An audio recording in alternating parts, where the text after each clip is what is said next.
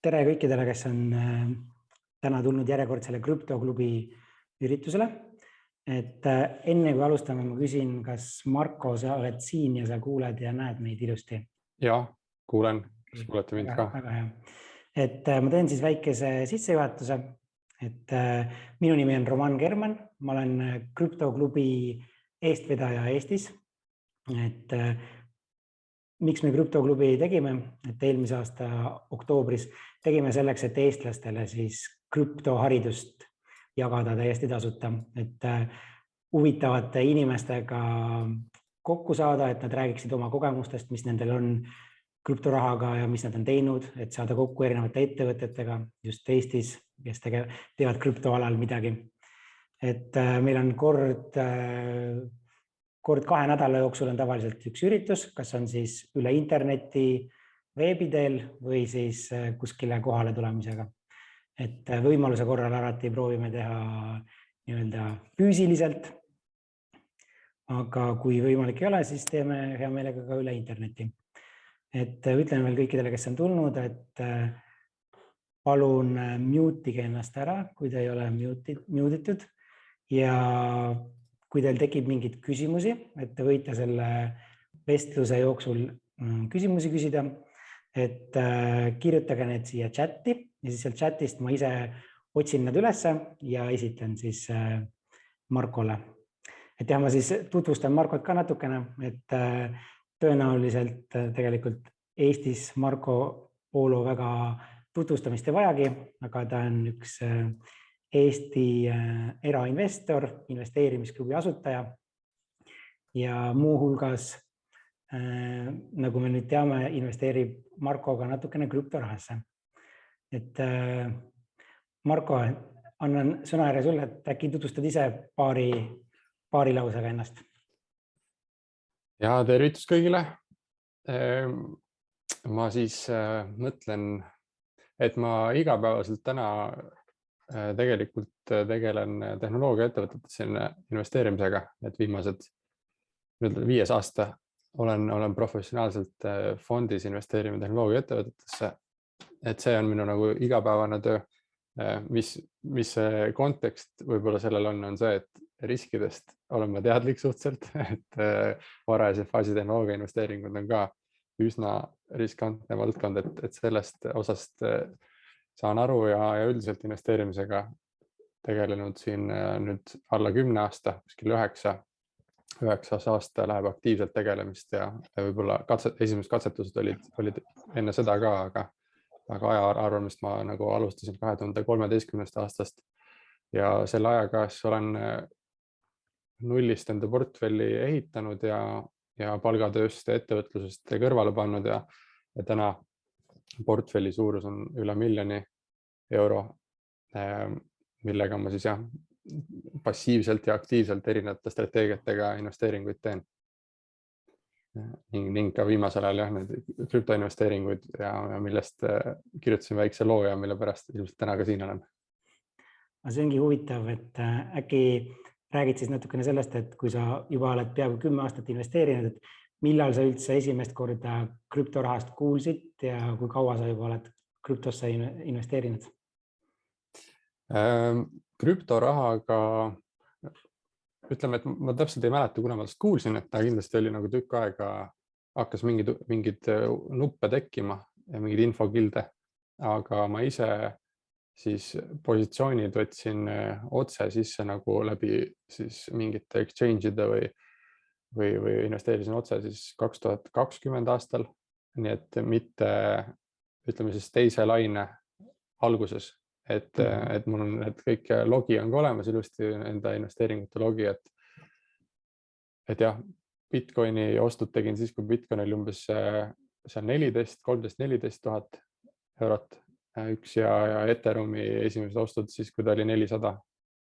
Et ilmselt mõte tekkis juba natuke varem, umbes seal, see alati, kui ta üles läheb ta maru kiiresti, et sa võid 8000 peal mõelda, et nüüd võiks hakata positsiooni sisse võtma ja sa hakkad samal ajal kuskile exchange'i kontot avama ja siis 2 nädalat hiljem on hind juba üle 10. Et kuskil siis ma hakkasin nagu aktiivselt tegelema. Enne seda ma pigem olin kõrvalseisja ja vaatasin, et ma arvan, et ma rohkem hakkasin märkama alles siis, kui see langus ka tuli, see esimene suurem langus, et neid päris varajaseid aegu, kui ta maksis seal 10 eurot, neid ma nagu ei mäleta. Aga kui sa 2020 hakkasid investeerima, kaua sa juba enne nagu silma peal hoidsid ja seda mõtet mõlgutasid, et äkki peaks?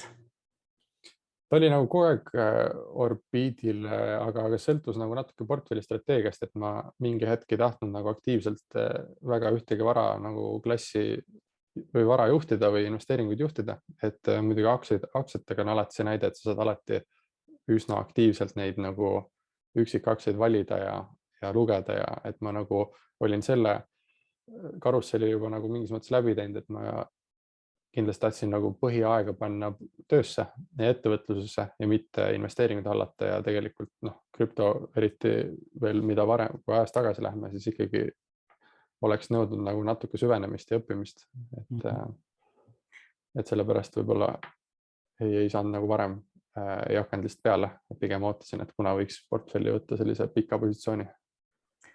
Enne kui nendest investeeringutest ja asjadest täpsemalt räägiks, mind tegelikult huvitab selline küsimus, et kas sa oled oma elus krüptorahaga kasutanud millegi muu jaoks kui investeerimiseks, et kas sa oled näiteks ostnud krüptoraha eest midagi või kasutanud seda mingi teenuse eest tasumiseks? Ei ole tegelikult kasutanud, aga mul tuleb üks lugu küll meelde, et ma ei mäleta, mis aastal see oli, aga ütleme siis, kui krüpto oli esimese laine ajal nagu tipus ja hakkas tekkima need Bitcoini automaadid igale poole Eestisse ja Soome. Ma mäletan, et mingi Bitcoini miljonär oli Tallinnas südalinna endale mingi korteri või mingi maja rentinud ja siis iga õhtu olid seal krüptopeod, kus iga nädal või siis ta andis siis tasuta Bitcoin ära ja tal olid mingi jüngrid, see oli nagu selline kultus tekkinud. Et siis ma nägin, et neid on võimalik kasutada, sest et see kõik see peo söögid, joogid ja kõik tuli tema siis Bitcoini rahadest, mida ta sealt automaadist välja võttis. Aga ma ise ei ole kasutanud, ma olen nagu pigem finantsinstrumendina vaatanud seda. Tundub hea investeering siis seal peol käimine, kui alles jätsid oma Bitcoinid. Kultuurielamus kindlasti. Me tegime krüptoklubis aasta alguses niisuguse küsitluse, kus inimeste käest küsisime erinevaid küsimusi krüptoraha kasutamise kohta.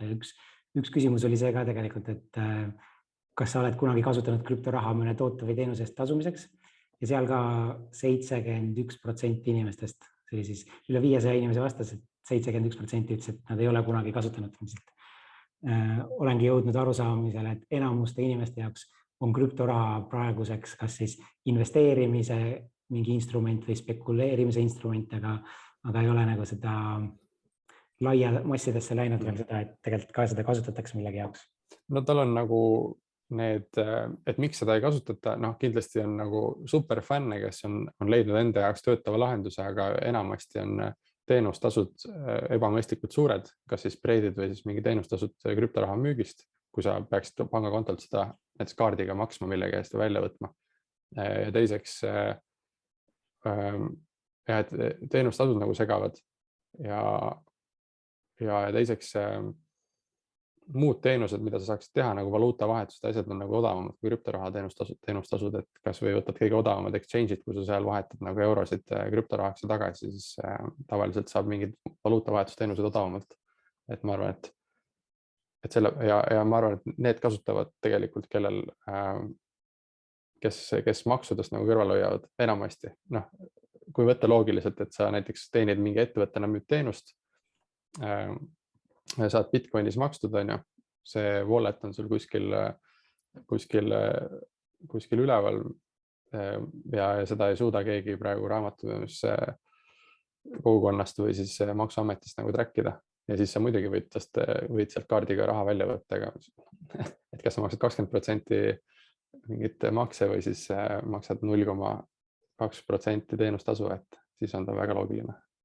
No, väga huvitav, et muuseas ma küsisin ka seda, et inimeste käest, et kas nad kavatsevad oma krüptorahade pealt makse maksta ja Eesti krüptoinvestorid siis ja 49% ütles jah, ülejäänud olid nagu 10% ütlesid ei kavatse maksa maksta, 22%, et pole veel otsustanud ja 15% ütles, et ei taha vastata. see pole veel otsustada kõige parem, et siis, kui see aasta ära lõpeb, maksu deklareerimise aeg hakkab või tulu deklareerimise aeg, et siis ei tea, kas nad siis otsustavad.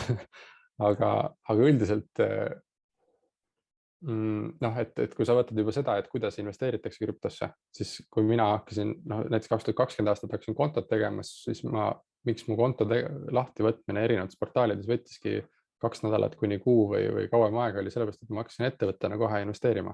Et noh, sul ei ole absoluutselt maksu optimaalne eraisikuna investeerida ja kõigi käest, kelle käest ma siis nõu küsisin või noh, paljud seal foorumites ja mujal ütlesid, et muidugi eraisikuna nagu, kas eraisikuna läbi Change äpi või eraisikuna kuskil brokerage ides või exchange ides investeerivad ja siis ma küsingi, et kuidas sa neid tehinguid deklareerid, siis sealt oli igast loomingulisi vastuseid, aga noh, reaalsus on see, et tegelikult enamus, kes eraisikuna investeerivad, neid deklareeri ka, et ja juba sellest protsendist saab näha, et kes siis makse maksab selle pealt ja kes mitte. On see, et kui palju tal on ettevõtte kontod ja kui palju tal on eraisiku kontod.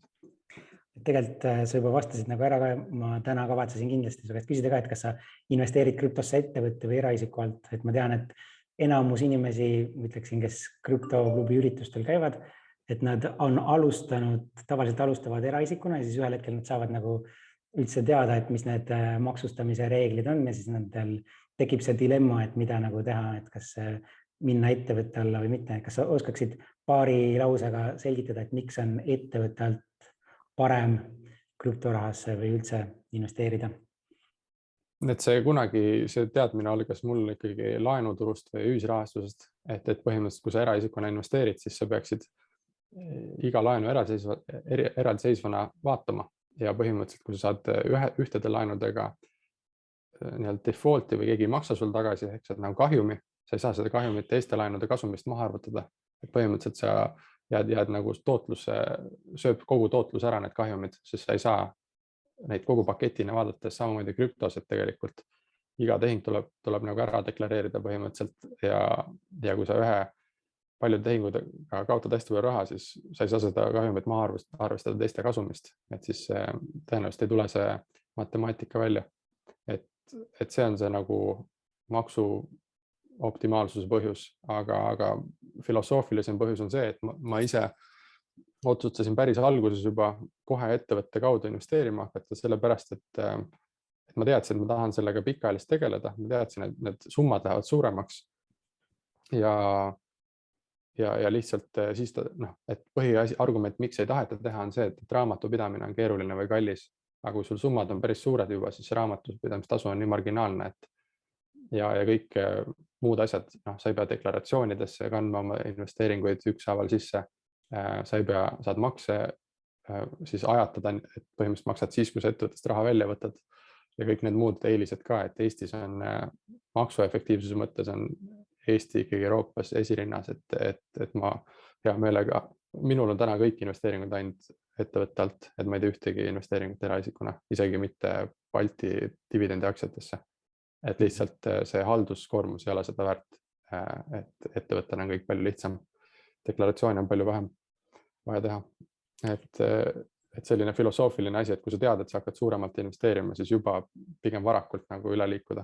Aga muidugi teine küsimus, mis tekib, on see, et sa pead vaatama, kus sa raha teenid. Et kui sa juba teenid ka toote või teenuste müügilt läbi ettevõttes, on muidugi kohe hea sellest ettevõttest ka investeerima hakata.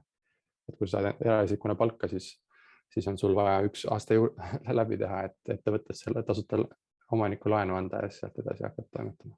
Ja, kui keegi nüüd mõtles, et ta alustas eraisikuna, aga tahaks ümber nagu lülituda ettevõtte alt investeerimisele, siis meil on krüptoklubi YouTube'i kanalis on ühe seminari salvestus, kus meil oli külas üks jurist ja tema siis selgitas seal erinevad võimalused, mismoodi saab seda teha. Soovitan üles otsida. Aga kui liigume selle...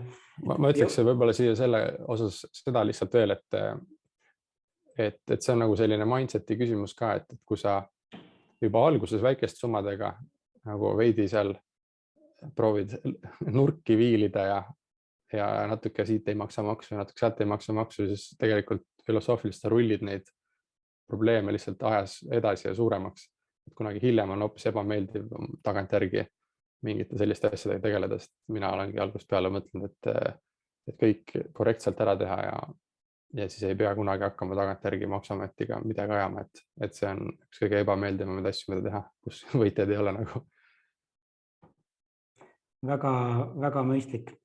Et ma tahtsin küsida sellest, et läheks, enne kui me jõuame lõpuks sinna, kus sa kaotasid oma krüptoraha investeeringu osaliselt, et räägime sellest esimesest investeeringust. Et sa ütlesid, et 2020 alustasid ja sa ei hakanud nagu otse krüptot ostma, vaid sa hakkasid läbi mingite teiste instrumentide krüptosse investeerima. Kas ma sain õigesti aru?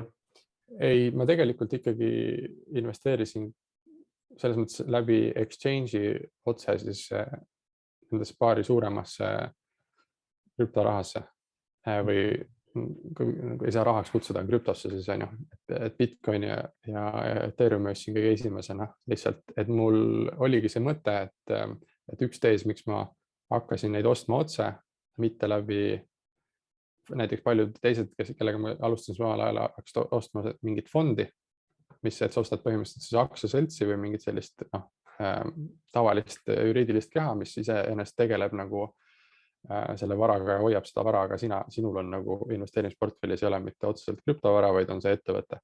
Et mina mõtlesin, et ostan otse ja oligi eesmärk hakata õppima selle valdkonna kohta. Et mina vaatan krüptot üldiselt kui tehnoloogiat ja ma tahtsin selle tehnoloogia endale selgeks teha, sest see võib mõjutada minu päris töös või igapäevatöös ka siis nagu neid ettevõtteid, kellesse ma investeerin. Et ma tahtsin siis ise selgeks saada, sellepärast ma hakkasin ise need tehinguid tegema. Et minu krüpto esimene barjäär on ka see, et sa tahad aru saada, kuidas üldse seal tehingut tehakse, mis see konto on, kuidas need asjad toimivad, et see paralleeli tõmmata. Kui ma esimest korda hakkasin pangakontol IBANiga raha saatma, siis oli täpselt sama, käsi värises ja mõtles, et kui ma nüüd vale numbri panen, siis see raha aitab ära, et krüptos on suht samasugune, et alguses kontrollid 17 korda seda numbrit üle ja kas sa üldse õigest chain'is saadad mingeid asju üle.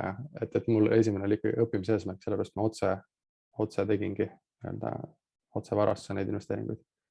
See tundub väga mõistlik, et ma tean kunagi, kui ma alustasin investeerimist, siis ka alguses ostsin fonde. Ma ei tundnud, et ma oleksin õppinud väga palju fondidesse raha paigutamisega, aga kui ma siis nagu lülitasin ümber fondidest üksikettevõtete aktsiate ostmisele, siis nagu hakkasin hästi palju uurima ja huvi tundma selle ettevõtte käekäigu kohta. Siis ma tundsin, et siis ma sain nagu järsku palju kiiresti, hästi palju targemaks. Samamoodi krüptorahaga, et kui sa seda omad juba ja sul on tarvis seda vaid võib-olla saata ühest walletist teised, siis sa nagu õpid seda kasutama. Absoluutselt jah. Mul oli sama mõte, et siis tekib mingi side ja siis saab nagu rohkem selgeks. Mul oli töökaaslane, ma töötan YOLO grupis ja meil on hästi palju, siis tegeleme krüptorahaga, et krüptogambling ettevõte. Ma mäletan, et tuli uus töökaaslane tööle ja siis kuna ta ei teadnud krüptorahast enne midagi, ta ei teadnud, et ta võib küsida meie käest, kuidas see töötab, siis ta maksis 500 €, ta võttis mingi koolituse, krüptoraha koolituse. Ma mäletan, et ta oli selle koolituse just läbinud ja siis ta tuli minu juurde ja küsis, kuule, aga mismoodi tegelikult see nagu maksmine käib, et kuidas ma nagu ühest walletist teise raha saadan, et see näitab, et ma ei tea, ei ole mõtet võib-olla iga asja eest raha maksta mingite koolitustest, et lihtsalt proovi ise kas või väikese summaga, et sa saad 10 € eest, sa saad juba endale krüptoraha osta ja sa saad tegelikult selle kasutuskogemuse saad kätte. Alguses tundub alati, et kiire on, et ma ei taha nagu, et kohe tahan sisse osta endast positsiooni, et mul ei ole aega testida, sest turg jookseb eest ära. Et siis sealt tulevad alati vead ka, et sa paned liiga suure summa korraga algus sisse.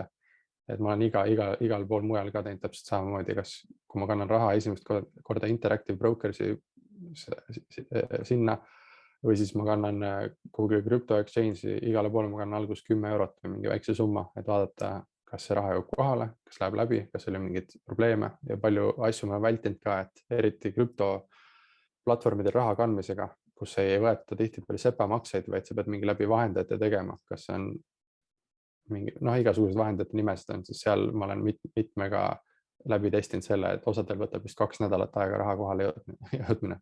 Ilmselgelt ma ei hakka mingit suurt summat sinna teele panema, sest et 2 nädalaga võib nagu kõik juhtuda.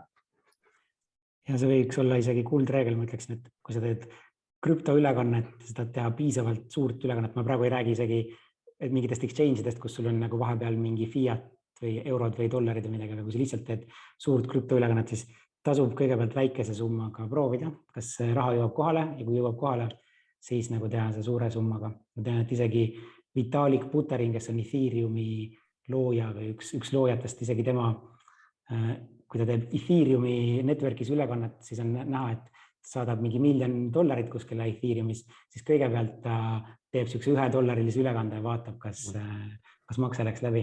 Et isegi kui sa oled selle looja, siis ta ikkagi nagu igaks juhuks testib enne, kui ta nagu päriselt midagi teeb. Aga Ethereumis ei saa testida niimoodi. 200 € gas feed maksma. Aga siin see sama remargi korras, et kõik, kes on vaatanud seda Netflixi dokumentaali Quadriga CX-i kohta, et siis võite kommentaariumis märku anda, et siis seal oli ka see, kuidas härra tegi väikse testkande, läks läbi ja siis kandis sinna kogu oma säästud ja siis pärast see raha siis haihtus ära. Aga jah, et hea krüptofilm, kes tahab meile lahutust natuke.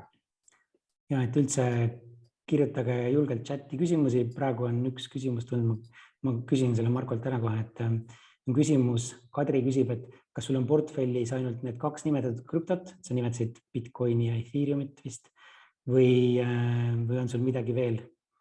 Ja kui on ainult 2, siis miks need 2? Mul on veel jah, et ütleme, et ma alustasin nendest 2, kuna need olid nagu need blue chipid nii-öelda kõige suuremad ja siis alles hakkasid tekkima need layer 2 igasugused chain'id, et täna mul on neid layer 2 omast ka, et on Solanat, Moonriverit, Polygoni, Avalanche'ist, Avaxit, Usamat, erinevad stablecoin'e, et ma olen kokkuvõttes vist katsetanud või toimetanud umbes Phantomit ja et mingi 20 eri siis instrumendiga, aga portfellis hetkel on kuskil 10 tükki. Ja kas ma vaatasin, su kodulehel oli su portfelli nii-öelda siuke jaotus ja seal, ma ei tea, kas see on up to date, seal vist näitas, et umbes 4% on nagu kogu portfellist krüptoraha. Et ta on aasta lõpu seisuga, et ta praegu täpselt up to date ei ole, et ma mingi hetk uuendanud ära, võib-olla kvartali seisuga midagi sellist, aga kokkuvõttes jah, minu krüptostrateegia oli enam-vähem selline välja mõeldud, et ma paigutan kuskil 4 või 5% kokku oma portfellist krüptosse ja selle ma jagasin 3 mõttelise osa vahel, et esimene 1/3 oli siis pikaajaline Bitcoin ja Ethereumi positsioon, mis siis on lihtsalt hästi long term ja läheb selle teisi peale välja, mis on see krüpto bullish tees üleüldiselt, et Bitcoin 1 miljon ja mis iganes, et lihtsalt hoida osa likviidsetest varadest lihtsalt krüptos, et nagu mitte rahas, kuna ma hoiaksin teda muidu rahas, et siis hedge'ida natuke neid asju ja 1/3 nendes 2 ja siis keskpikas vaates olidki need kõik layer 2 chain'id, igasugust coin'id, et lihtsalt nende layer 2 asjadega kaasa sõita ja neid ma kõiki siis ka steikisin erinevat pidi või deponeerisin, et teenida nendega siis mingit väikest rahavootootust vahepeal või põhimõtteliselt mitte rahavootootust, vaid saad neid samuseid siis krüptovarasid juurde, kui sa steigid neid. Et see on keskpikk vaade, et võib-olla midagi muutub, võib-olla mõni chain enam ei õigusta ennast, siis ma selle võin maha müüa ja midagi muud asemel osta, aga põhimõtteliselt kõiki layer 2 chain'e hoian ka 1/3 osas sellest 4% ja siis viimane 1/3 oligi DeFi ja DeFi õppimisprojekt oli see põhimõtteliselt ja DeFi sees oli mul tegelikult kuskil 20 erinevat instrumenti, mis läheb juba väga huvitavaks ja keeruliseks. Kas sa katsudki hoida nüüd seda 1/3 või see strateegia on sul ka nagu läbi aja muutunud või muutumas? Ja läbi aja muutus jah, et alguses oli 1/3. Nüüd on esimest on 1/2 ehk pool ja teist on pool ja kolmandat enam ei ole, sest see harrastati ära. et aga pikas perspektiivis võiks umbes sarnane jaotus jääda, et ma DeFi osas veel pean natukene mõtlema, mis ma sellega teen, et kas ma sinna sisse lähen või mitte, aga me saame neid põhjuseid arutada ka veel. Kas sa investeerid ka või ütleks parem sõna võib-olla spekuleerid, et siin on mõned need krüptorahad nagu mingi Dogecoin ja Shiba Inu ja siuksed, kas sa neid ka oma portfelli oled võtnud? Üldiselt mitte, et ma enamasti olen läinud nagu just sellise nagu tehnoloogia suunas või nagu tehnoloogia mõtlemisega, et ma tahaks omada mingeid projekte või mingid chain'i coin'e siis, mis on nagu platvorm või infrastruktuur mingite asjade tegemiseks. Et ma näen selles väärtust, et kui sa lood alusplatvormi, kuhu saab peale midagi ehitada, saab mingeid teenuseid pakkuda, siis see tundub, et see on skaleeriv mudel, et lihtsalt ühte projekti, mis on ainult community peale üles ehitatud või ainult nagu Dogecoin on nagu põhimõtteliselt sinna ei saa peale väga ehitada midagi. Et need lubadused on enamasti sellised pehmed väärtused seal peale, mida see community teeb siis, et nagu sellist asju ma ei ole puutunud. Okei, kas sa ka oled kokku puutunud näiteks NFT-dega, et meil siin paar kuud tagasi käis rääkimas üks inimene, kes investeerib põhimõtteliselt NFT-desse ja on väga palju teeninud sellega, et kas see on ka midagi, mis sinu portfelli võiks kuuluda või on kuulunud? Ja, et mul üks NFT on, aga ma olen seda nagu uurinud, ma hakkasin eelmise aasta juulikuust või juunikuust seda uurima, siis ta ei olnud veel päris tippu jõudnud, vaid oli enne seda, et hakkaski see NFT suur minek hakkas eelmise aasta esimeses pooles või alguses ja siis mina jõudsin siis suvel sinna vaatama, et mis asi see on ja tahtsingi natuke lugeda, uurida, vaatasin OpenSea'd, kõiki kohti, kus saab teha. Veel kaalusin, et osta endale kas siis seda Bored Ape Club või see, mis ta ongi, Bored Yacht Club. Ja just seda on ju. Või siis oli see mingi papside token oli seal, mingi õllekõhuga papsid ja need asju ma nagu vaatasin, et äkki nagu osta, et lihtsalt aru saada sellest ja katsetada, aga ma ei ostnud, sest et esimeseks katsetamiseks ei tahtnud nagu 2 Ethereumi nagu mängu panna. Tol hetkel Ethereum oli ka päris üleval. Aga jah, siis ma natuke vaatasin, et ja ühe kuskilt ma nagu ostsin, aga üldiselt ma ei saanud sellest NFT teisist nagu väga hästi aru lõpuni välja. Ja siis ma vaatasin igal pool foorumites, kõik rääkisid, et NFT on nagu järgmine kuum asi ja seal hakatakse kinnisvara vahendama ja mis iganes see kõik juhtub seal NFT-de peal ja siis veel öeldi selle aasta alguses, et 2022 aasta on NFT-de aasta. Siis ma endamisi mõtlesin, et ma näen siit ainult ühte viisi, kui see NFT turuhind minna võib.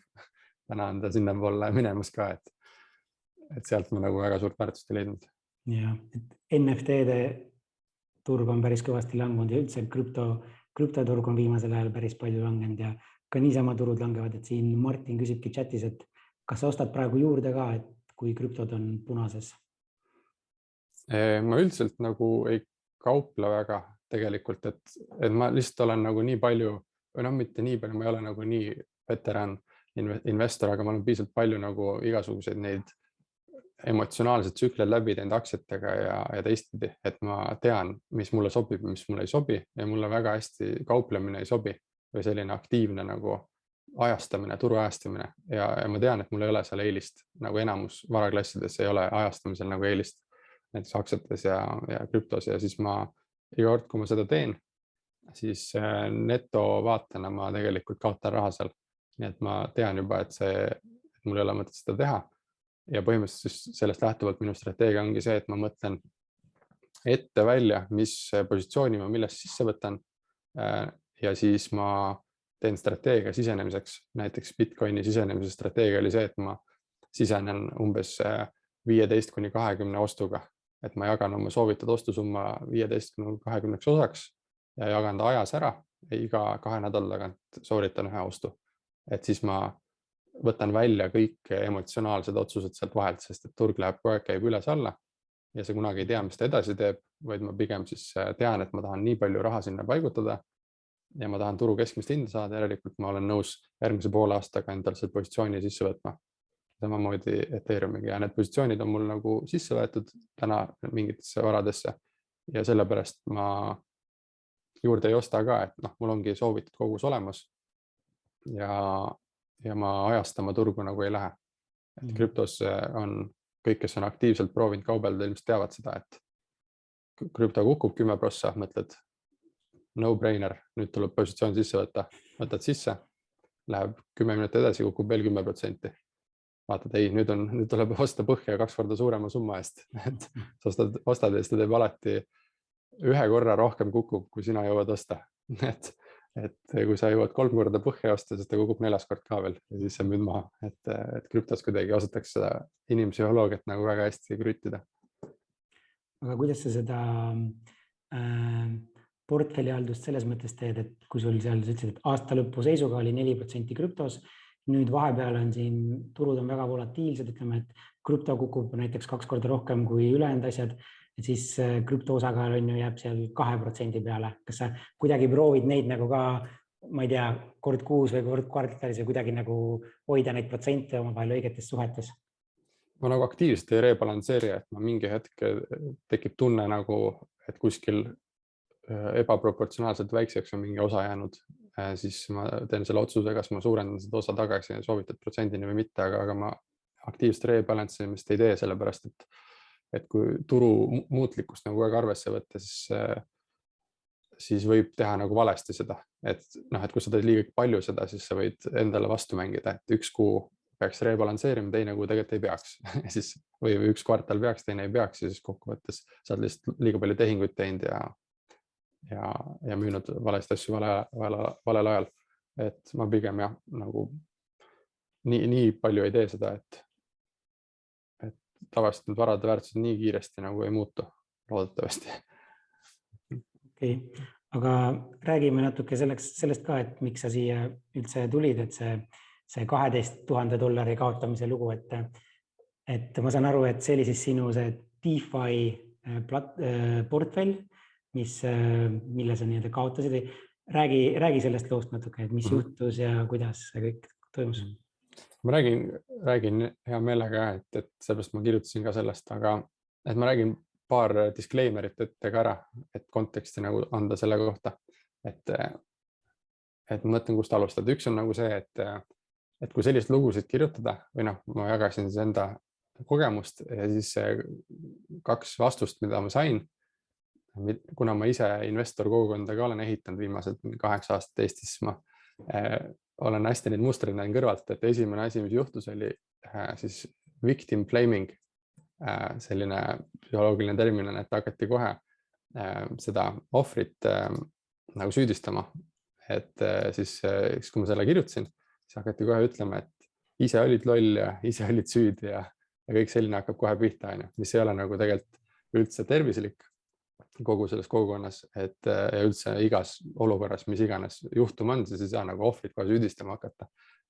Aga see juhtus kohe esimese asjana ja teine argument, miks taheti kohe vesi peale tõmmata, öelda, et ma tekitan siis faadi või hirmu, teadmatust ja kahtlust, et räägin, et DeFi on nii õudne koht, et miks sa siin tõmbad vett peale sellele kogu asjale.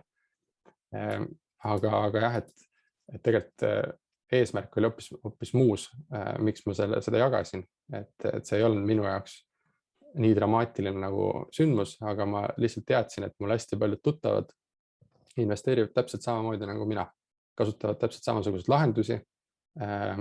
Ja kui mina sain nagu häkitud, siis võib see ka ükstapuha kellegi teisega juhtuda, kes samamoodi toimetab nagu mina, ehk et ma lootsin, et minu see kirjapanek aitab kellelgi nagu võtta paremaid meetmeid kasutusele, et mitte häkitud saada. Ja see oli ka ainuke eesmärk, aga tuldi siis hoopis teistmoodi kohe peale.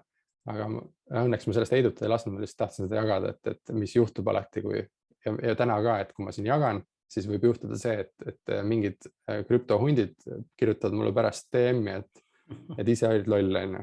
Et ma tean jah, et ma olin loll, et kaotasin raha ära, et ma saan sellest aru, sellest ma jagangi, kuidas teised ei oleks nii lollid, nagu mina olin. Igastahes, aga jah, et minu eesmärk oli siis rääkida natuke sellest, mis juhtus ja põhimõtteliselt, mis siis juhtus, oli see, et ma olingi siis 1/3 sellest 4% ehk kuskil $12,000 pannud siis DeFisse. ja DeFi, miks ma siin DeFisse raha panin, oli see, et nagu DeFi tundub täpselt nagu varajane ühisrahastus krüptos, et see on nagu finantsinstrumentide turg, sealt saab raha deponeerida, teistele välja laenata, ise laenata endale juurde ja siis vahetada põhimõtteliselt ühte vara teise vastu ja siis teenida intressi ja mingit tootlust sealt pealt. Tundus selline huvitav koht ja ma ühisrahastuse algusajast 2013-14 aastast mäletan, et kui sa oled vara kohal, siis sa võid teenida ebaproportsionaalselt kõrgeid tootlusi. Et ühisrahastus ma teenisin kuskil 30-40% aastast tootlust ja ma arvasin, et DeFi on võib-olla sarnane koht ja ta nagu tundub olevatki sarnane koht. Ja nii, et ma siis selle teisiga sinna raha panin. Ma tegin endale siis MetaMaski konto, et saada üldse DeFisse ligi. Vaatasingi, et tegin Googledasin veits, et MetaMask on nagu, ma ei tea, 50-60% kõigist kontodest nii-öelda detsentraliseeritud või Web3-s või on nagu MetaMaski kaudu tundus nagu okei koht. Ja muidugi siis seal on soovitused, kus seda seed phrase'i hoida ja siis ma hoidsingi kuskil eraldi kohas oma seed phrase'i ja tundus nagu no-brainer, täpselt nii, nagu sa kasutad kõiki muid finantsteenuseid täna põhimõtteliselt. Ja ma investeerisin sinna siis $12,000, $10,000 umbes ja see oli minu DeFi testkonto. Ehk et ma esimesena kandsin peale €2,000, aga ma sain aru, et selle eest ma ei õpi piisavalt kiiresti, et ma tahaks natuke kiiremini, natuke rohkem instrumente proovida. Ja siis ma nägin, et ühte instrumente on mõtet paigutada selline, minu jaoks oli €400 kuskil, €500, et saada aru numbritest, et kui sa liiga väikse raha paned DeFisse, sul päevaga tekib 10 senti juurde, sa ei saa aru päris hästi, kuidas see töötab. Et siis ma mõtlesingi, et ma teen 20 panust DeFisse, iga panus 10 000 jagatud 20, kes umbes $500 või $500. Ja siis, et ma testin erinevaid asju ja ma strateegia mõttes siis chainide mõttes vaatasin välja, et ma läksin Polygoni, Phantomi ja Avalanche'i chainidele vaatama, mis DeFi lahendusel pakutakse ja kõigil on päris huvitavad asju pakutakse. Kõige huvitavam oli Phantom, et seal on DeFi turg nagu kõige elavam ja siis ma läbi Phantomi ja stablecoin'ide erinevate siis hakkasin instrumente katsetama, et ma mõtlesin, et ma teen sellise madalama riskiga portfelli osa ja veidi kõrgemaga madalama riskiga. Kas kõik need chain'id olid siis sul seal on MetaMaski poolt toetatud ja see kõik need raha tasusid seal ühes MetaMaski wallet'is? Jah, et mul oli see üks MetaMaski konto ja siis oligi need 3 chain'i olid sealt jooksid läbi ja siis jah, ma olin ostnud seal iga chain'i peal olid mingid varad on ju. Ja siis jah. Ja oleks saanud teha ka nagu ühe MetaMaski konto sisse nagu mitu erinevat alamkontot, aga see oleks nagu seed phrase'i muutnud, et siis oleks pidanud tegema erinevaid nagu seed phrase'e ja nii edasi, aga põhimõtteliselt minu eesmärk oli nagu testida seda turgu ja mulle tundus, et kui see barjäär on nagu liiga suur, et kui ma pean kogu aeg kuskil kapuutsiga riidekapis need tehingud tegema, et siis nagu ma ei saagi nagu et kes on DeFis tegutsenud, teab, et ühe tehingu tegemiseks peab tegelikult tegema 5 tehingut enam-vähem, et raha liigutamine ei ole nii lihtne, et sa nagu kannad kuhugile, vaid sa pead vahetama õige alusvara endale, siis panema õiged pool'id tegema endale, siis kuhugile sa deponeerima ja nii edasi. Igastahes jah, siis ma neid positsioone nagu võtsin sinna erinevates kohtadesse, enamasti mingi kas siis SpiritSwapist, Tarot.io'st või siis Screamis ja mingis muudes nagu projektides. Ja katsetasin, õppisin seal ja mingi hetk ma siis ei vaatanud kontot natuke aega, sest ma käisin reisil ja mingeid muid asju tegin ja siis kui tagasi tulin, hakkasin kvartali seda portfelli ülevaadet tegema, siis kui tegin oma, on olemas krüptos igast agregaati, mis suudavad terve su chain'i nagu läbi analüüsida ja näidata, palju sul raha on, siis üks nendest agregaatoritest siis leidis, et mul on $600 alles umbes. Ja siis ma mõtlesin, et oota, et midagi on valesti. et kus see raha jäi nüüd, et ilmselt see portaal ei suuda ilusti üles leida seda. Ja siis ma hakkasin surfama ja siis poole tunniga sain aru, et mingid ühel kuupäeval, ühel hetkel on jube palju tehinguid toimunud hästi efektiivselt ja kõik raha on AnySwapi kaudu kuskilt välja kantud. Siis ma meenutasin, et ma ise AnySwapi ei ole kasutanud. Tegelikult keegi teine on minu rahadega toimetanud.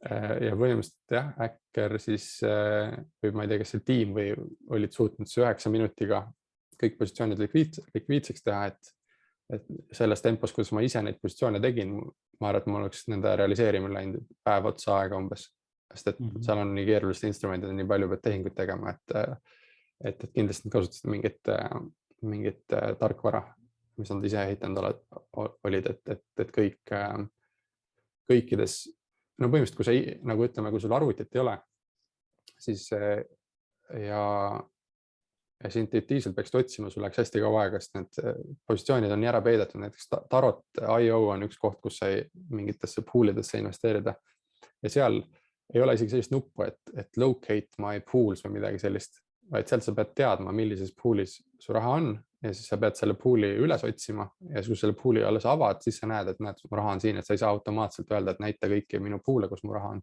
Et põhimõtteliselt tavakasutajal oleks suht raske neid üles leida, aga häkkerile ilmselt suht lihtne.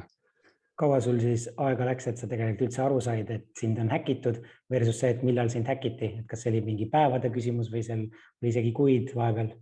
Et häkiti nagu, või no ma nägin jah, leidsin üles need viimased tehingud, saaksin vaatama, et need tehingud on kõik toimunud kiiresti ja põhimõtteliselt nad toimusid ainult Phantomi chainis, et Avalanche ja Polygoni ei puudutud nagu.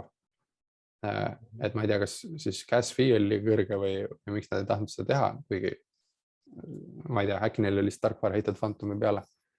Aga jah, et põhimõtteliselt ma ei tea siiamaani, kuna nad kontole ligi pääsesid, sest et mul ei tulnud, noh, et ütleme, et mis minu setup siis oli, et mul oligi see MetaMaski konto, mul oli eraldi brauser krüpto jaoks ja siis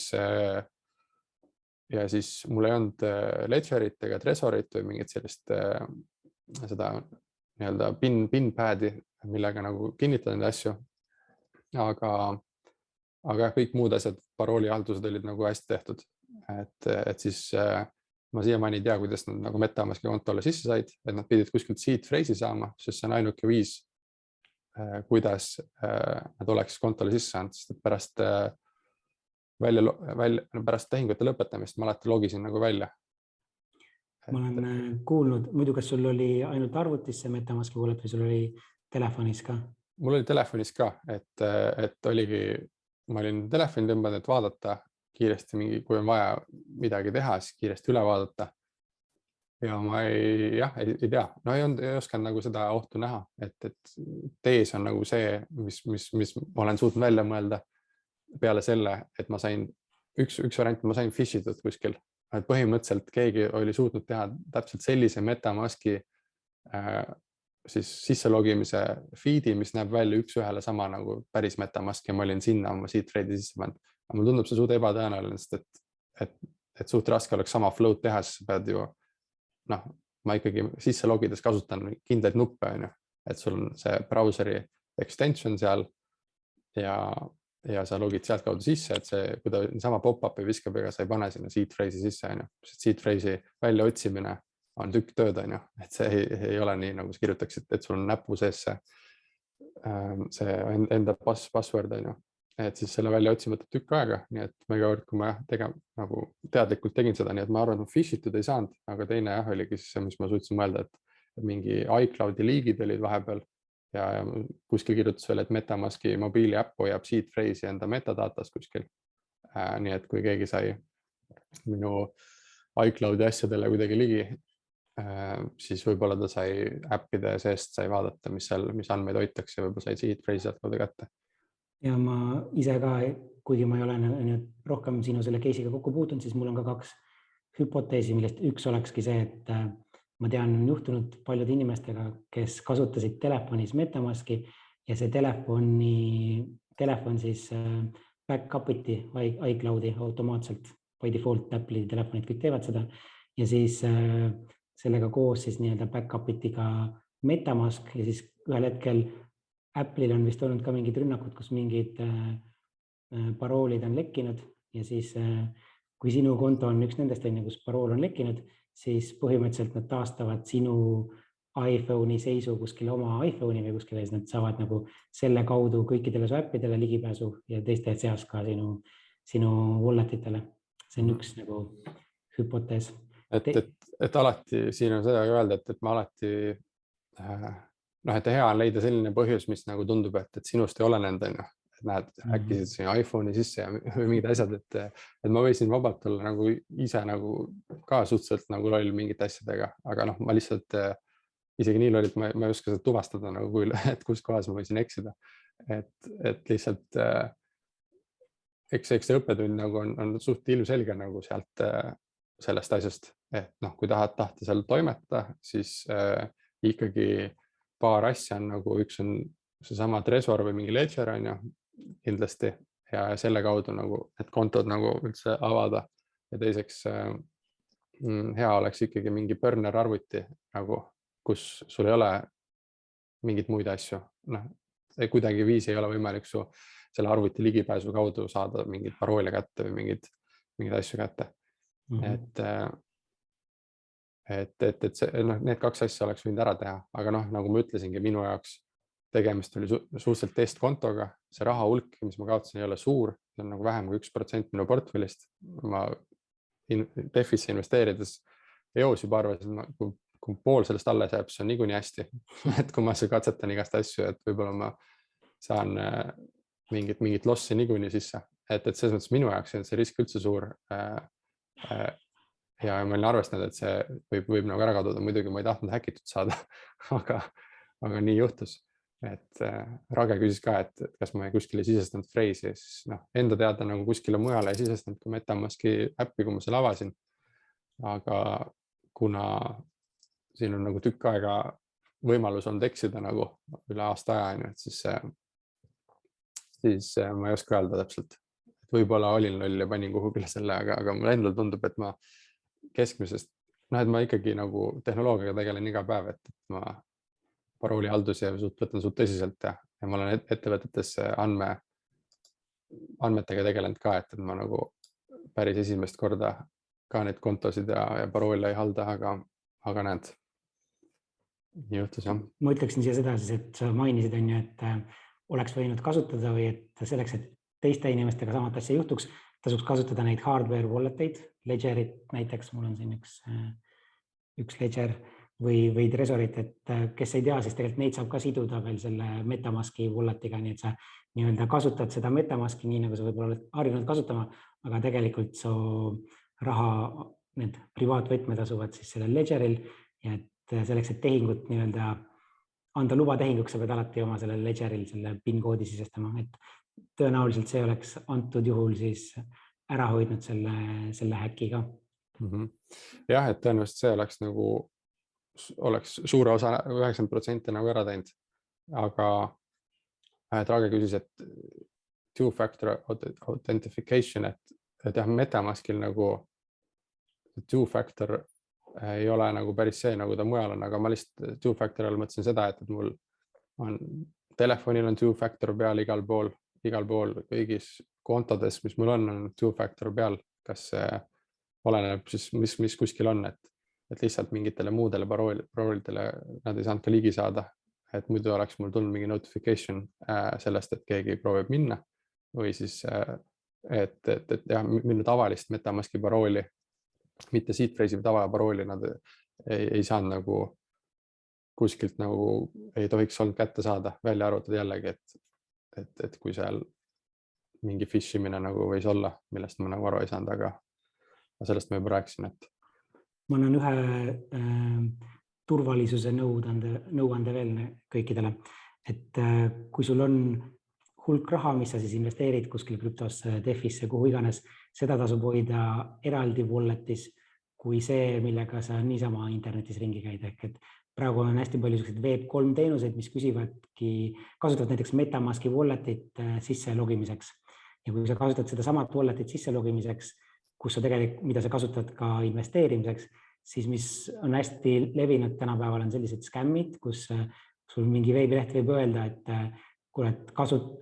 vajuta siia nupule, siis sa logid MetaMaskiga sisse ja tegelikult sa inimesed ei pane tähele, mis see MetaMaski pop-up ütleb ja tegelikult antakse mingile smart contract'ile, siis nutilepingule antakse õigused teha selle wallet'iga mingeid tehinguid. Ehk et sa ei peagi oma neid paroole kuskile andma või sa ei pea oma seed phrase'i kuskile andma, vaid sa ise lolli peaga annad MetaMaskile kusagil ligipääsu mingile smart contract'ile, et tema saab siis sinu wallet'iga tulevikus tehinguid teha. See on hästi levinud nii-öelda kuriteoliik praegu. Inimesed ei loe läbi lihtsalt, mida see äpp teeb. Ja kuna DeFis sa pead tegema nagu ikkagi sadu ja sadu nagu accept'e ja klikke, et siis seal sa kindlasti ei loe neid kõiki läbi. Et see lahendus on nagu väga hea, mis sa välja pakkusid. Et iseenesest jah, nagu ma ei teagi, ütleme lihtsamast alustades, siis see hardware wallet on ju, oleks üks lahendus, siis muidugi enda parooli haldus hea, aga teiseks ja siis need eraldi MetaMaski või millegi muu kontod on ju. Ja nendel alati siis selle, mis siin mainiti ka D-Bank või mingit teenustega alati peale igat sessiooni nagu kõik ülejäänud sessioonid kinni panna. Ja alati pärast igat tehingu tegemist siis välja logida nendest kohtadest, et selline nagu hügieenifaktor on nagu vajalik. Ja et seal MetaMaski walletis on olemas ka koht, kus sa saad minna ja sa näed, et millistel äppidel või saitidel ja smart contractidel on tegelikult ligipääs sinu MetaMaski walletile, et tasub üle uurida, kus see asub ja tasub üle vaadata see. Jah, aga mul tekkis nagu sellega ka selline väike filosoofiline nagu enda peas küsimus, et üldse nagu, et kui investeerides katsetad need eri asju, on ju, näiteks üks paralleel tekkis ühisrahastusega, et omal ajal oli need ühisrahastus tuli ja siis tekkis neid portaale nagu seeni peale vihma. Ja see oli täpselt sama asi, et igale poole ei olnud tarvis investeerida, et mingist hetkest edasi hästi paljud uued projektid ei läinud käima ja inimesed kaotasid seda raha, tekkisid Mintosesse mingid Armeenia laenukontorid ja nii edasi, mis läksid pankrotti ja pluss tekkis ühisrahastusportaale, et minust DeFi nagu väike paralleel on sama, et see neid projekte tekib nii palju, igasugused pool'e, igasugused farme tehakse, et mis neist nagu kõigist välja tuleb, et seda ei tea, et tegelikult ikkagi projekte nagu ka vaadata sellise pilguga, et mis on see jätkusuutlik projekt nagu ja valida välja need parimad projektid. Et muidu kui kõigisse valimatult panna, siis sealt tuleb kindlasti mingi default nagu niikuinii. Aga mille järgi sa otsustaksid, mis on jätkusuutlik ja mis ei ole jätkusuutlik? Kõik lubavad miljoneid protsente kasvu. Ja, et seal peabki nagu ilmselt cross-reference checkima teiste investoritega, et see on tavaliselt alati olnud kõige parem viis, kuidas saada mingit aimu, mis töötab. Ja kindlasti on mingid saite, mis nagu, kas või number 1 paned Google'isse asja nime ja kirjuta scam on ju. Kui tuleb esimene leht vastus täis, siis ilmselt scam, aga see on nagu hästi ilmselge. Aga jah, et ma ei tea, ühisrahastusportaale või kõiki muid investeeringuid ikkagi teiste investoritega cross-checkida, et kes on mida teinud ja et midagi sellist, et lihtsalt mitte valimatult kõiki lehti külastada ja igasse projekti nagu proovida midagi sisse panna, et siis on oht ka seda, et keegi kuskilt kaudu fishib sind. See guugeldamine, mingi teenuse guugeldamine ja scam tahapanemine, see on minu geniaalne mõte, et ma olen ise ka kokku puutunud inimestega, kes on sattunud scammi ohvriks, keda ma olen saanud aidata nende krüptorahade trackimisega, et kuhu need krüptorahad lõpuks varastati, aga oli üks konkreetne juhus, kus siis telefoni teel inimesele helistati ja paluti, et investeeri krüptosse, siis ta tegi seda, siis öeldi, et okei, nüüd su bitcoinide hind läks üles, inimene tahtis välja võtta, öeldi, et ei saa välja võtta, et tehingutasud on, et kanna veel raha, et siis saad välja võtta, kandis veel raha, öeldi, et nüüd pead veel kandma, sest veel tõusis bitcoini hind vahepeal, lõppkokkuvõttes üle 30 000 euro kandis sinna süsteemi, aga mida ta väga rumalalt tegi, kui ta oleks ühe korra selle süsteemi veebilehe nime Google'isse pannud ja kirjutanud sinna taha scam, siis ta oleks leidnud sadu tulemusi, kus kõik ütlesid, et see on scam. Ja siit nagu sellist filosoofilist rada edasi minnes veidi, et see paneb nagu üldse perspektiivi, et natuke minu jaoks, et sellised õppekogemused, et üks on see, et raha kaotamine, et alati nagu risk on nagu teoreetiline, aga siis kui raha kaotad, siis muutub see praktiliseks risk ja sellest arusaamine. Ja siis ja üldse tuleb mõelda varaklassi ja investeeringu puhul, et mis on see pikaajaline nagu tulem selles. Et ma praegu olen kahe vahel, et DEFis, et ma tean, et seal on nagu mingeid häid võimalusi, on nagu võimalik nagu teenida keskmisest kõrgemat tootlust põhimõtteliselt, aga ma ei ole veel täiesti süvenenud või kuidagi tekitanud rahulolenda sellega, et kas seal on võimalik ka läbi erinevate projektide käies ja läbi 5 aastat panustades, kas on võimalik keskmiselt riskiga korrigeeritult nagu mõistlikku tootlust teenida, arvestades seda ajakulu, mis sinna sisse panna. Et siis nende alati varajaste asjadega on see, et sa võid küll teenida kõrget tootlust alguses, aga kas jätkusuutlikult pikaajalist suudad seda seal teenida ja teiseks pead alati mõtlema, et kas on aktiivne tegevus või see on nagu passiivne. Et ma ise olen nagu filosoofiliselt seal vahel nüüd, et sa küsisid ka, kas ma panen sinna uuesti mingi raha sisse, siis ma praegu ei ole lihtsalt selles häkkidest rääkimata, sellest mudelist nagu päris veendunud, et kas ma suudaks seal teenida näiteks keskmiselt aastas 20+%, 20-30% tootlust järjepidevalt üle 5 aasta. Et seda ma ei tea täna. Oletame, et kui sa otsustad ühel hetkel ikka, et sa sisened uuesti sinna DeFi instrumentidesse, mida sa siis nüüd teistmoodi teeksid võrreldes varasemaga? Et kas sa muudad kuidagi oma käitumist, et enam ei juhtuks seda, mis juhtus? No kindlasti ma rakendaksin neid paari asja, et ma võtaksin oma kapist enda seisma jäänud arvuti välja, teeks nagu krüptoasju ainult sellega, Ledgeri võtaks käiku või mingi Trezori ja siis muud asjad, nagu me rääkisime siin, näiteks vaatad üle, et mis contractid sul aktiivsed on, kus sul ligipääsud, connectionid on hetkel tehtud, need paned kinni. Teed sellise hügieeni nagu ära, et ma tean enam-vähem täna ja kui lugeda, ma arvan, seda postitust ka, seal on 5 bullet point ära teed, siis enam-vähem saadki toimetada suhteliselt väikse riskiga. Et siis jäävad ainult projekti enda riskid, et kas projekt õnnestub või mitte. Aga mul ongi see dilemma on selles, et alati turvalisus ja kasutaja mugavus on 2 asja erineva mündi küljel on ju.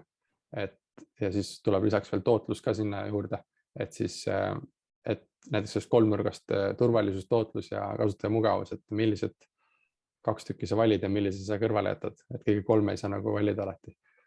Kuidagi selline mõte on peas. Kui sa näeksid, et sa siis suudad saavutada seda 20+% tootlust, kas sa siis mõtleksid selle krüpto osakaalu suurendamisele oma portfellis ka? Või on see, kust see 5% või 4%, kust see tuli?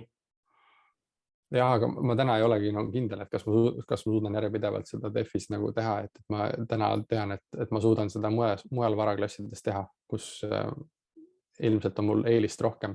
Et ma alati investeerimises mõtlen nagu läbi selle, et mis varaklassis on mul eelis ja milles minu eelis seisneb. Et eelised on suhteliselt piiratud arv, et enamasti on sul kas kas võimenduse kasutamise eelis, et saad kasutada võimendust ja sellega suuremat tootlust teenida. Siis on sul informatsiooni eelis, et saad mingit informatsiooni, mida teised ei saa. Ja 3. on, et aktiivse panuse eelis, et sa lihtsalt oled selles valdkonnas nii palju tegutsenud, et sul on ka selles mõttes informatsiooni eelis sealt või sa oma aktiivse kohalolekuga suudad teenida rohkem tootlust. Et siis ma alati vaatan kõiki varaklassi sama pilguga. Ja mul on täna, miks ma ka aktsiatega ei kauple, üksikaktsiatega ei kauple USA turul näiteks, on see, et mul ei ole seal eelist. Võimendusest ei ole mõtet seal kasutada. Siis teiseks mul ei ole infoeelist ja ma ei pane sinna 8 tundi päevas iga päev 5 päeva nädalas sisse, et tekitada endale ühtegi eelist. Et sellepärast ma seal ei tegutse ja nüüd, kui ma vaatan DEFit ka samamoodi, siis ma mõtlen, et üles finantseerida või leverage ida või laenukapitali peal DEFit tegema hakata nagu ei ole mõtet, liiga suur risk on. Teiseks infoeelist mul ilmselt ei ole.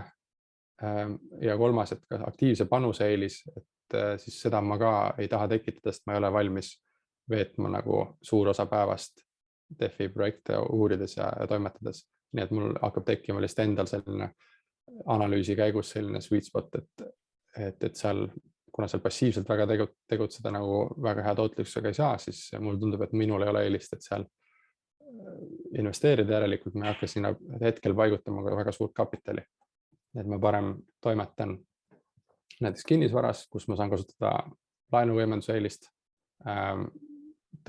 pikaajaliselt investeerin fondidesse, indeksfondidesse, näiteks aktsiates, kus on lihtsalt mingit eelist ei ole, aga saadki turu keskmist tootlust. Ja kolmas on tegelen tehnoloogia investeeringutega, kus on mul aktiivse panuse ja info eelis ja ka kapitali võimenduse eelis. Et siis ma pigem valin neid battleid või neid lahinguid, mida ma saan nagu võita. Me hakkame vaikselt otsi kokku tõmbama, et inimesed, kui teil on küsimusi veel, siis kirjutage chati. Vahepeal ma küsin sult siit chatist küsimuse, et Martin küsib, et kas sa arvad, et turvalisuse ja kasutaja mugavuse teema paraneb lähitulevikus? See on hea küsimus, et mul on üldse krüpto nagu teisi mõttes ka, kui ma mõtlen krüptot kui hästi pikka vaadet, et see võiks kasvada väga suureks ja nagu see võiks, et see võiks jõuda massidesse, on see nagu tees, et alati, kui mingi varaklassi jõuab nagu massidesse, seal tekivad paremad võimalused, muutub turg efektiivsemaks ja tekib kasutaja mugavus, suureneb ja paremad lahendused ja nii edasi. Et siis mul ongi tunne, et DeFi või üldse krüpto on nagu sellise kahe asja vahepeal, et see turvalisus on liiga väike, et saada jõuda massidesse. Ja tänu sellele on kasutaja mugavus nagu madal, kuna turvalisus on väike, et teha nagu turvaliselt on kasutaja mugavus palju kehvem. Nii et mul on tunne, et DeFil on praegu, ma kogu aeg ütlen DeFi, aga mõtlen see ka nagu laiemalt krüptot, on see väljakutse, et kuidas see saaks nagu jõuda massidesse, et võib-olla mingite aastatega tulevad need lahendused ja juba pakutakse igast teenuseid, nagu LHV pakub lihtsalt teenust, aga samas see ei ole ka otseselt sinu krüpto, mida saad endale välja kanda.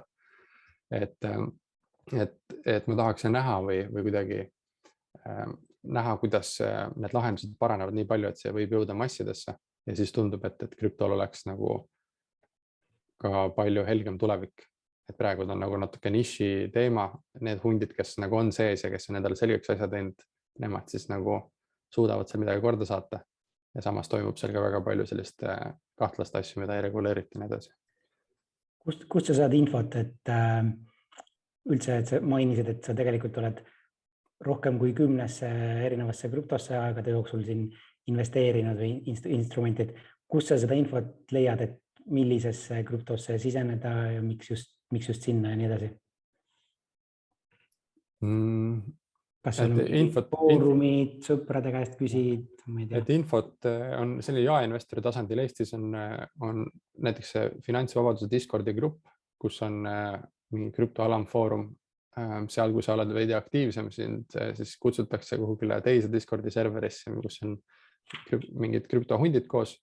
Et koos mingite tüüpidega me tegime enda väikse krüpto nagu sellise siis Gnosis Safe'i laadi fondikese, kus me katsetasime ühte DAO projekti ja nii edasi.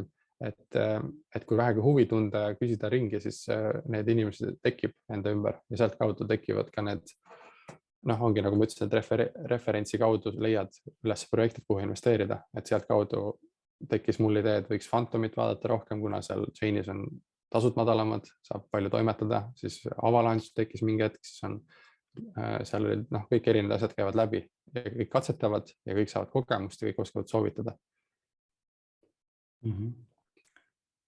Okei, kas on midagi, mida oleks pidanud küsima su käest või sa oleks tahtnud rääkida, aga ei osanud küsida? Ja ma arvangi, et see viimane teema, mis siin õhku jäi, ongi see suur teema nagu tegelikult, see tausta teema, et mis selle valdkonnaga juhtub ja et see, et sa pead endale ikkagi mingi burner arvutit ja tresoritega nagu tehingut tegema, ma ei tea, kas see nagu väga pikas perspektiivis nagu on mõistlik, et siis kus see maailm liigub nagu, et täna tundub, et krüptomassides jõuaks on tal vaja panku, mitte vastupidi, et tees on muidu olnud see, et krüpto ongi selleks, et pankasid ei oleks vaja, täna on vastupidi, et edukalt ja turvaliselt neid tehinguid teha, siis on hoopis vaja pankasid selle jaoks või mingeid turvalisi asutusi. et see tees tuleks enda jaoks nagu läbi mõelda, sest et sellest sõltub ka, kui pikaks ajaks sinna raha paigutad. Kas sa oled enda jaoks selle läbi mõelnud, et kas kui sina tulevikus investeerid krüptosse, kas sinu jaoks on oluline, et sa ise omad neid krüptoraha võtmeid, ehk siis see on see non-custodial wallet või siis, et su krüptoraha asub kusagil teenusepakkuja juures mingis exchange'is, kas see on sinu jaoks oluline või see on niisugune sekundaarne? No ta on nagu praegu on võtmeküsimus tänu sellele, et need teistsugused lahendusi nagu turvaliselt nagu ei ole, selles mõttes MetaMask on ka non-custodial nii-öelda, nad ütlevad vähemalt, et see on, tegelikult ta ei saa olla, sest et see on ju, keegi haldab neid kontosid seal põhimõtteliselt. Et see on nagu huvitav küsimus on ju, et noh, kas sa tunned ennast täna turvaliselt ise mingi riistvara setupi ehitades ja krüptosse investeerides või siis ostad läbi LHV, Bitcoini hoiad 10 aastat on ju, ja LHV muretseb selle võtme pärast. Ja tema võib-olla tagab tulevikus sulle 100 000 euro ulatuses sinu deposiiti. Et ma ütleks, et massides jõudmisel, et keegi peab turvalisuse ära lahendama, aga miks sa pead olema sina? Et kui see saab keegi teine olla ja keegi garanteerida sulle seda, et see on turvaline. Et nii ju töötavad täna ju palju teised finantsteenused ka. Et igastahes siin saab ilmselt diskuteerida saaks nagu mingi tunnikse jagu. See on niisugune miljardi dollari krüpto startup idee pakkuda krüptoinvestoritele kindlustust põhimõtteliselt.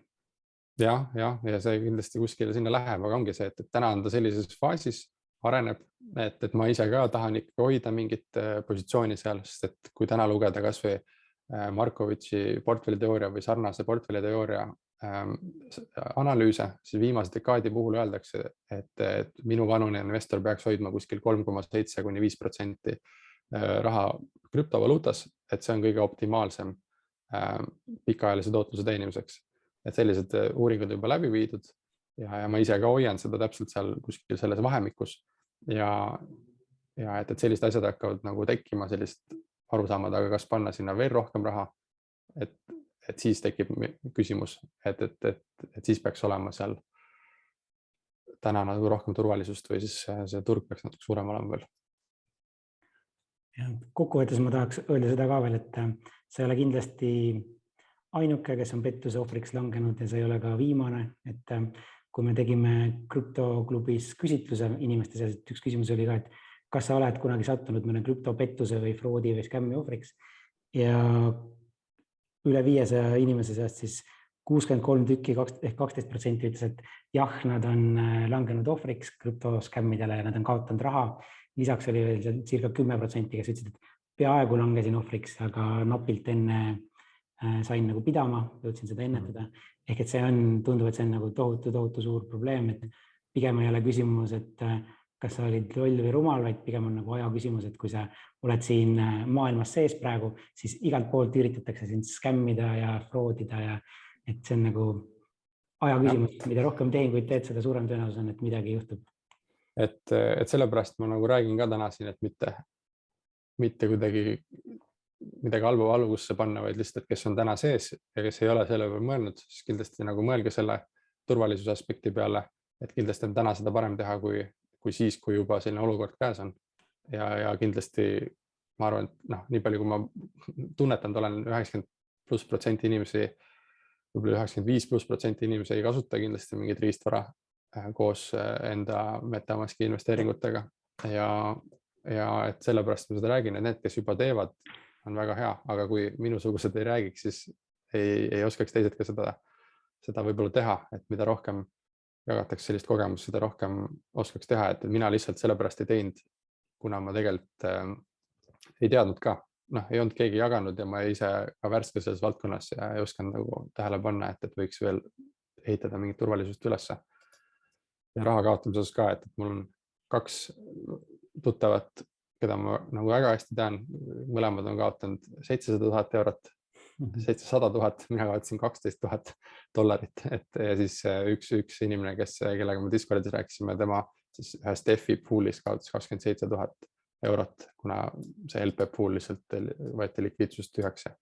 Et igast sellised nagu asju võib juhtuda, et siis pigem olla turvaline ja teiseks mida saab igaüks veel teha, on see, et lihtsalt mõelda hästi pikaajaliselt läbi enda jaoks, mis sulle sobib, kus sul eelis on, kui aktiivselt sa panustada tahad, kas sa tahad õppida või sa tahad pikaajalist panustada ja selline strateegia enne läbi mõelda, et see aitab alati investeerimisel väga palju kaasa. Ma jagasin siin chatis ka linki, kus saab osta endale selle riistvara walleti ledger.com. Odavam versioon maksab ainult 59 €, kui ma õigesti mäletan. Et jah, kindlasti see oleks number 1 soovitus minu poolt, kuidas turvaline olla. Et kui teie investeering on juba seal, ma ei tea, 1000 €, siis tasub ära selle 59 € julla ostmine selleks, et te saaksite kindlad olla, et raha jääb alles ka, mis te olete investeerinud krüptosse. Aga ma arvan, et sellega võtakski tänase kokku, et aitäh sulle, Marko, ja et mida Rage siin ütleb, et ainult ametlikult kodukalt osta, see on kindlasti väga, väga õige. Et ärge ostke edasi müüjatelt, ärge ostke kuskilt eBayst. On teada skämmid, kus inimesed ostsid eBayst neid seadmeid ja siis nende need backup seed phrase'id olid enne juba kopeeritud kuskile ja varastati raha ära. Ehk et ostke ainult ametlikelt esindajatelt. Jah, kui firma paneb jõulupakki, nagu vanasti pandi mälupulkasid, siis ärge neid kasutage. Jah. Okei. Aga aitäh sulle, Marko, ja aitäh kõik, kes kuulasid. Ja, nii et edukat investeerimist, teadlikku investeerimist kõigile. Ja liituge krüptoklubi Facebooki grupiga ja YouTube'iga. Okei, tšau. Ja, tšau.